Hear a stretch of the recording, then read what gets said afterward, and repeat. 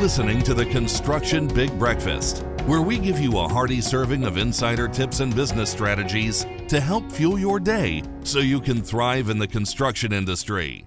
Hi everyone, thanks for tuning in. I'm your host Ben Pritchard and welcome to the Construction Big Breakfast.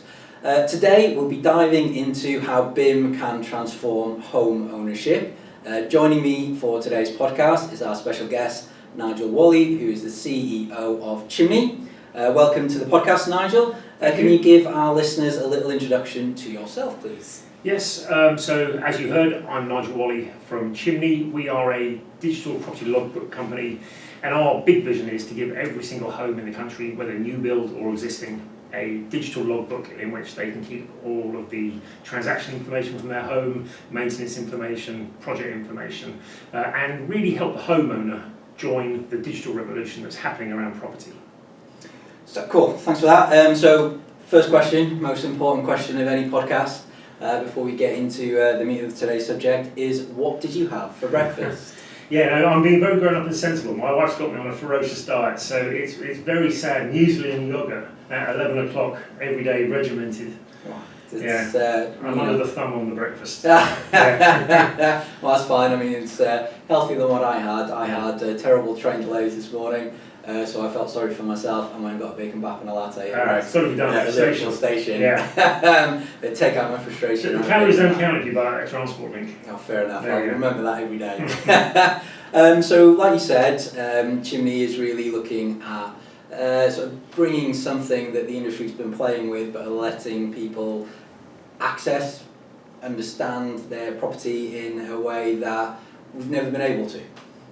Do you want to give a little bit of background as to where that idea came from, how it started, and sort of how the journey's got to where you are today? Yeah, so I think everybody realises that the background context is a dramatic change in the landscape for property information.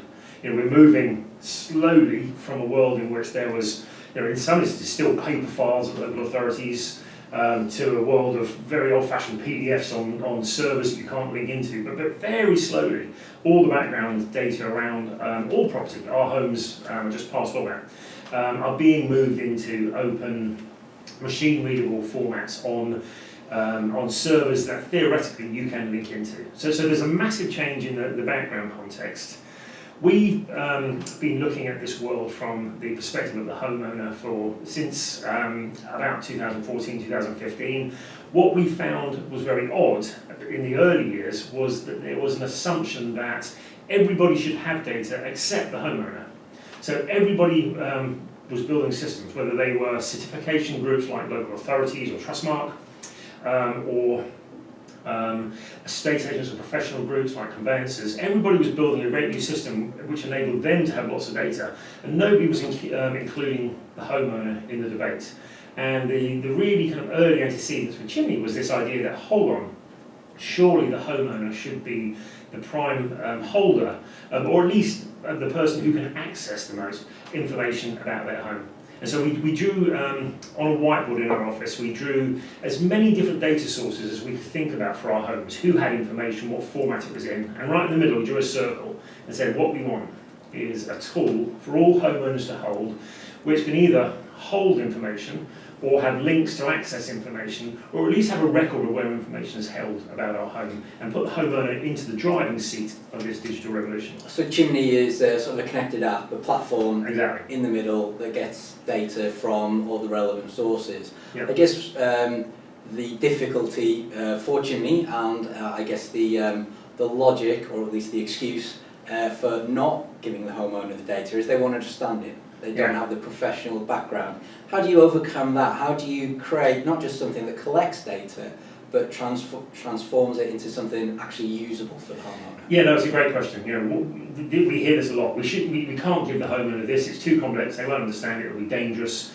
It'll challenge our insurance if we let them have it. All those stories come up, and a lot of it is about presentation and interpretation. We talk a lot about. Homeowners don't necessarily want a fully dimensioned model of their home. What they really want to do is be able to order carpets accurately without having to get someone in to measure. And so what we've been trying to do with Chimni is work out how people actually want to run their home, where having access to great data would help, and then how to find that data and interpret it and present it in a way that is homeowner friendly. And so that the interpretation and presentation bit is really our bag, as well as finding all the sources. I guess this is where, again, in your translation of language, when you use the word BIM, it's being misconstrued. I mean, we've seen some of that recently in the last couple of weeks when your white paper was published in BIM Plus and a couple of others.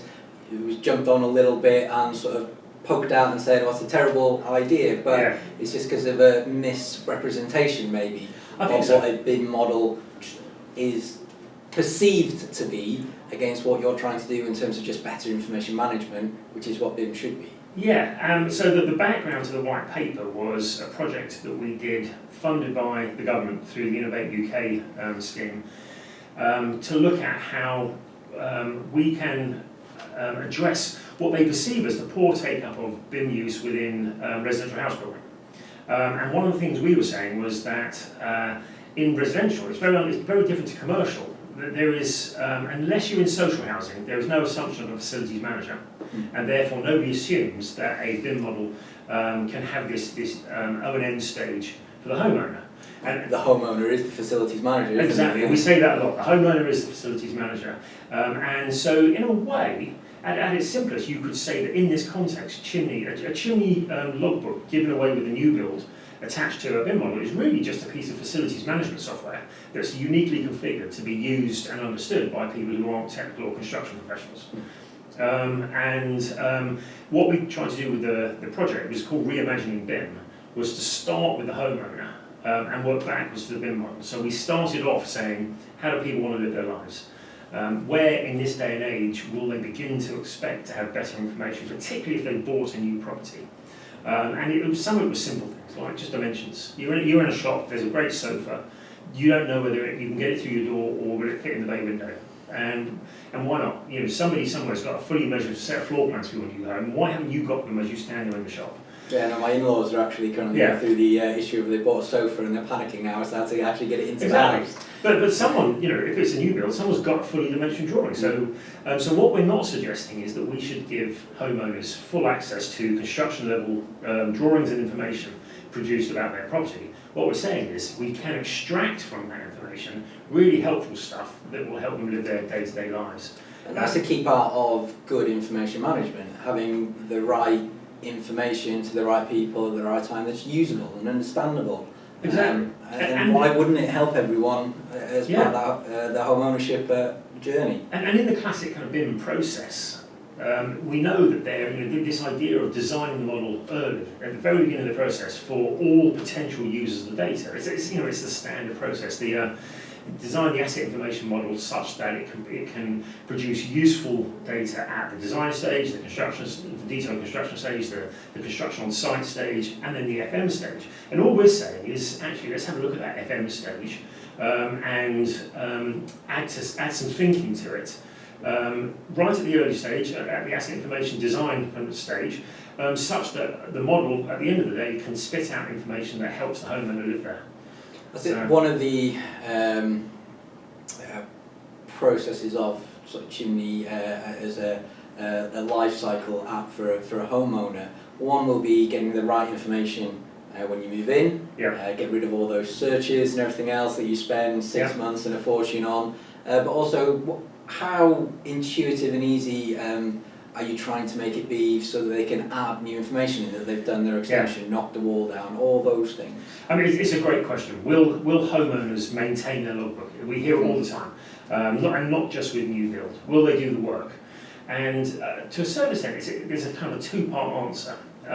With new build, the first question is, how much information should the developers be given to the homeowner in the first place? And we've shown that if you use logbooks as part of the handover process, which is already quite complex, and in the old days, the large developers would create a lever arch file, but they might brand it and hand you a lever arch file with all the manuals, warranties, insurances for your new home, the user guides, etc. So to a certain extent, the handover process being digitised makes sense because a lot of the information that was in those manuals is being digitised now. We would like it to go much further. We would really like to be handing over a dashboard with links to all the manufacturers, FAQs, and all that kind of stuff. So that's reasonably obvious. But then, as you say, people then go on to live, they go to work, they might add an extension. And so the two-part answer is we're trying to make it easy from a design point of view, so they understand what they're meant to be uploading for various reasons. So part of the thing we get people to think about is the next buy and sell. If you have to sell this property, there's going to be 5 things they're going to ask you to give them about this roof extension you just put on, for instance. And so if we can, and I'm going to use a word I actually hate, but people seem to get it, gamify the process. If we can make it fun and interesting to make sure that you've got the right documents uploaded for any building work you do or any maintenance work you do, make it easy to do and fun and obvious, then people will do it. The second part of my 2-part answer, which seems to have 5 parts, I do recognise, is that we're going to try and automate it as much as possible. So for instance, links to local authorities to put in planning information and building control information. So a homeowner shouldn't have to digitise the letter that gave them planning permission. Their logbook should automatically connect to the council systems and pull in the latest planning permissions, etc., in a digital form. So, but over the next 10 years, we are hoping to automate as much of the uploading stuff as possible. Certification is a great example. We're building links into things like Trustmark, so that if your new extension has got new windows and it has a fencer certificate, the same thing, it will just automatically pull it into your logbook without you having to go and find it, scan it and upload it. Which is good, because they're not as easy as they should be to find. No. Even though a lot of these certification bodies, the local planning authority, they're open portals, but they're not built with the user in mind. No, and actually things like Trustmark, oddly, aren't an open portal. It's really hard to get your own certification out of some of these bodies, which is mad. So part of what we're doing is advocating openness on behalf of these bodies, and also we're advocating for digitisation.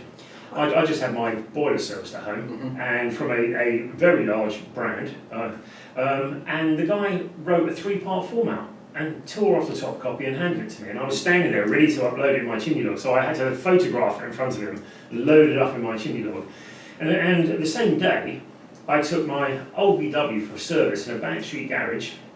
The guy in the garage did the service, went to his PC, uploaded the MOT information straight into the DVLA systems, and by the time I got home, my online logbook for my car was updated. And so I was comparing the construction industry, the maintenance industry, their performance against what's happening in cars. And the motor industry is far and away ahead of what we're doing in construction. I never want to see a 3-part form again. It's an outrage. No, it is. It is a pain. And that's for new stuff. Predominantly, you look at the existing stock, and if you've got old boiler, old house. I mean, my house was built in 1985, right? And I wanted to find out if one of the walls was just a stud wall or retaining, without sort of digging into it a little bit. I asked my local council, and they wanted £150 to let me see the drawings of my own home. See, which I thought was an outrage. Yeah, and that's exactly the dynamic that drove us to launching Chimni. And things like that dynamic, it causes people to take shortcuts. Yeah. Or not do things for the best. And, it creates bad behaviours in the existing stock. And in some ways, maybe it creates the environment we've got at the moment, where we've got existing stock that isn't optimised. Yeah. And so we've talked a lot about new homes and how Chimni fits in there, but obviously, for the app to be truly successful, it has to work with the existing stock. Yeah. And as we sort of move now into sort of the crisis that we have in terms of cost of everything, energy and everything increasing, everyone will want to know how to make their home more efficient. Yeah. From a sort of sustainability point of view, more efficient. Do I have cavity wall insulation? Should I have cavity wall insulation? What about PVs? Can that work? Is this all part of where you want, or can Chimni already do some of those things? Yeah, absolutely. So retrofit in the domestic market is a massive part of what we're involved in. We have been working with the Green Finance Institute on standardising some of the data sets for domestic retrofit. Just to make it easier for professionals involved in doing it to share data in the same way we talked about for new build.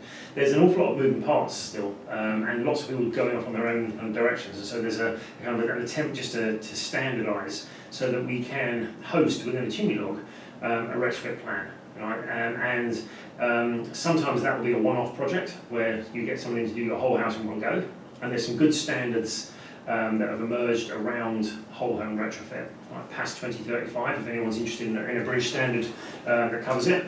But we're also working on how to do it on a more incremental basis, so that if somebody wants to set like a 10-year plan to get their house up to speed, and they do it in bit by bit, they can capture all the data in an industry recognisable form in Chimni, and also we can help them and prompt them and give them advice. So we're starting to build advice into it and links to groups like the Energy Savings Trust who offer great advice. And we should be trialling, beginning of next year, our first live retrofit plan in West London, showing how that fits into a chimney log. And we're pursuing the same mantra in retrofit. Again, early stages, every professional body is building systems to suit themselves. Very few people are suggesting the homeowner should end up with a digital file with all the information. And so we're championing the homeowner in that digitisation process again. And one extra link, we do quite a lot of work outside of construction in the buying and selling industry. So I was on a call this morning with the Ministry of Housing where we're trying to use logbooks to help reduce the backlog in the conveyancing process. And so part of that is about standardising information. So when we're doing the work in retrofit and in new build, one of the things we're also saying is whatever we do with the data standards, we have to do it in such a way that you can press a button if you're halfway through a retrofit plan and sell your house, and all the data that's in the logbook can be passed over to a conveyancer in an easily understandable form. And so we're trying to balance construction, retrofit and buying and selling, and get everybody to share data formats so that everybody understands what's going on. And that will make the process of moving house just so much more seamless. All that information back and forth to the mortgage company, the insurance, yourself, it's just all a bit of a nightmare. I mean, 10 years ago I moved and I still don't want to move over again. And then it's averaging 28 weeks when it could be done at a push of a button. And 28 weeks sounds generous. I know, and we saw some horror stories during lockdown, in particular 50 weeks to sell a house, almost a year. And the Ministry of Housing is pushing an idea, they're calling it upfront information, which is very much part of what we're talking about.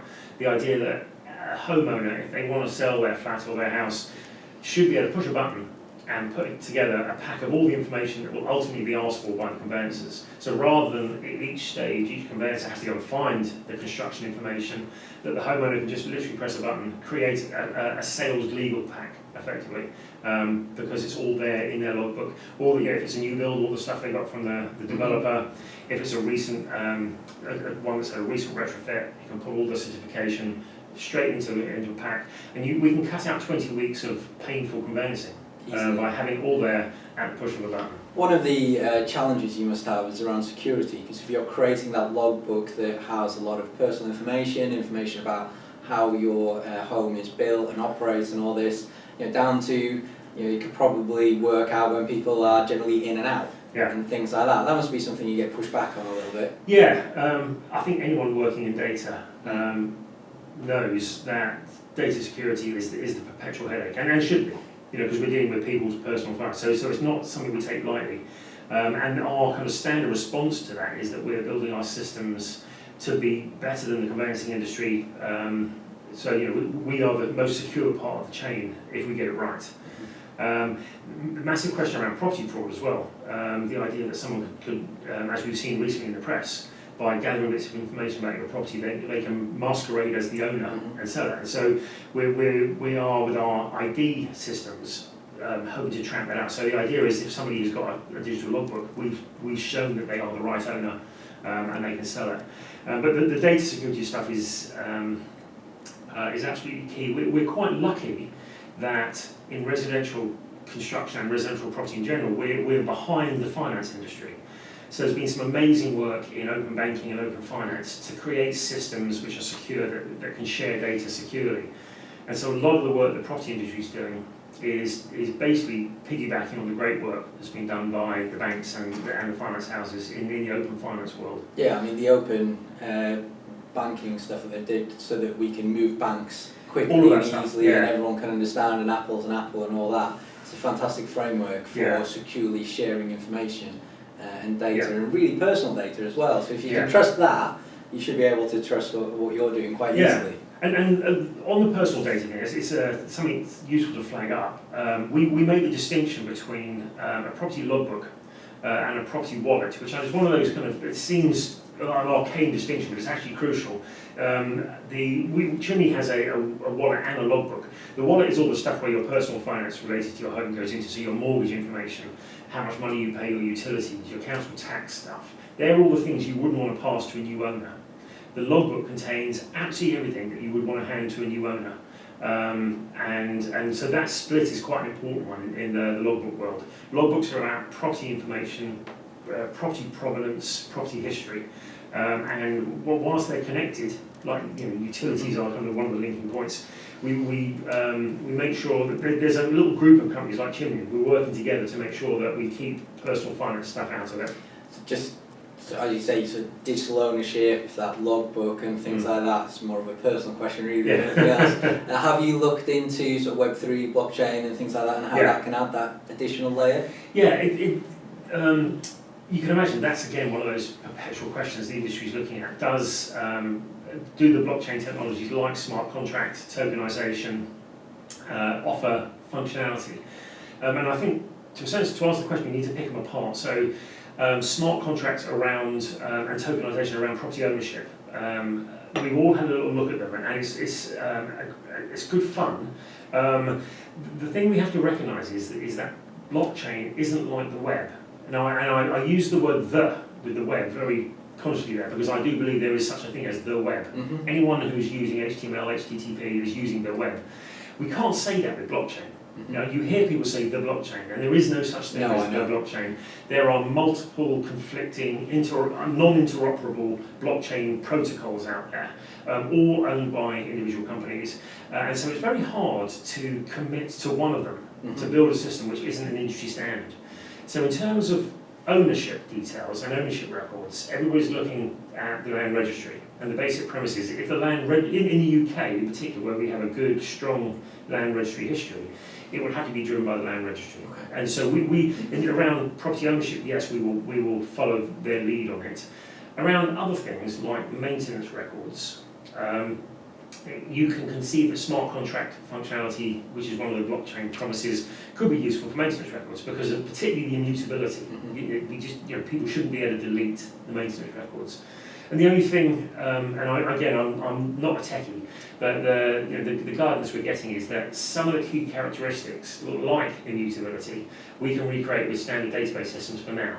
Yeah, it is. I agree. I can certainly see the benefit, like you say, smart contracts, sort of having some sort of NFT at the end of it that sort of says, here's the stamp of we've done it and this is how, and you can use that token in the NFT to Bitcoin. Something like that. And there are some new technologies that are emerging that are agnostic of which blockchain it's built on and things like that. But I think you're right, it is too early and normal databases will do. Yeah. But I think as Web3 gains traction and we move to a position where decentralised ownership is something that people want more and more, then I think it will gain further traction, and something like what you're talking about, it feels like it fits well with those core principles. Yeah, some of it's being used in buying and selling.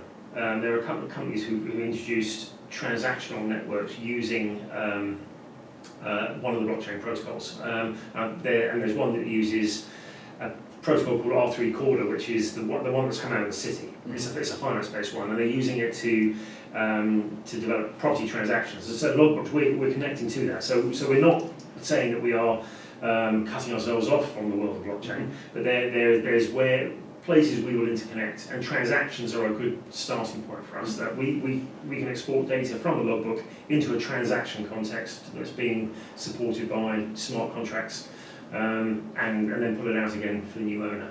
No, good. Amazingly, I'm pretty sure that's 25 minutes. Oh, so, I was just getting going. So we will wrap up today's conversation at that point. Thank you very much for joining it. It was certainly insightful for me, and I'll certainly look into Chimni more as a homeowner. Sign up, it's free to use for logbook. Try and get maybe some of the information I solely want and need to improve my home. In terms of our listeners and everyone who's out there, if they're interested in learning more, or I think you mentioned you're looking for people to trial. Yeah, and just on a personal basis, it would be great to have more industry professionals opening up a logbook, because it's free to use, just a basic logbook, challenging us. And we're looking for people who want to play with some of our new functionality, particularly around the BIM models. So contact me through the web or through your site, and come and play. So we would just say engage. Fantastic. So thank you to all our listeners today. Thanks for tuning in. I hope you enjoyed this episode of the Construction Big Breakfast. We have a new episode every week or so, so click that subscribe button, turn on your notifications so you don't miss an episode. While you're at it, please don't forget to comment. Any questions that you may have, we'll be sure to reply. Please do like, share, and all those other things that you're supposed to do to make more people watch. If you're interested in being a guest on the podcast or looking to collaborate, please, there you go, 25 minutes before a mistake, right at the end, finish off with a plum. Please do go to our website, www.inventt.com, links in the description, fill out the contact form, and one of our team will be in touch. Until next time, thank you very much. Thanks for joining us this week on the Construction Big Breakfast. Make sure to visit our website, www.inventt.com, where you can subscribe to the Construction Big Breakfast on all platforms, so you'll never miss a show. While you're at it, if you found value in the show, we'd appreciate a positive rating. Or if you'd simply share it with a friend, that would help us out too. Be sure to tune in for our next episode.